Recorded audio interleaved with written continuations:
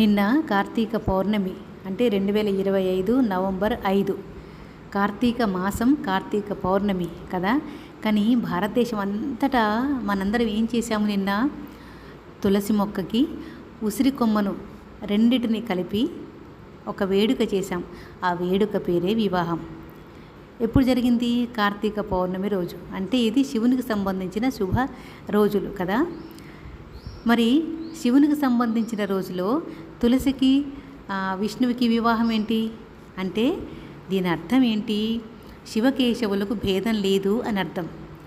తులసి అంటే ఎవరో కాదు, లక్ష్మీదేవి. ఉసిరి అంటే శ్రీ మహావిష్ణువు. వీళ్ళిద్దరికీ నిన్న ఘనంగా వివాహం జరిగింది. ఆ వివాహ వేడుక ఇదిగోండి చూడండి. నేనైతే చాలా ఘనంగా చేశాను అమ్మవారికి. తులసీమాత మెడలో ఆకుపచ్చని వర్ణంలో ఉన్న తులసిమాత పసుపు పచ్చని మంగళసూత్రాలను ధరించి ఎంత శోభాయమానంగా ఉంది చూడండి. ఈ శుభమైనటువంటి మంగళసూత్రాలను ఎవరెవరు దర్శిస్తారో వాళ్ళందరూ దీర్ఘ సుమంగళులుగా వర్ధిల్లుదురుగాక.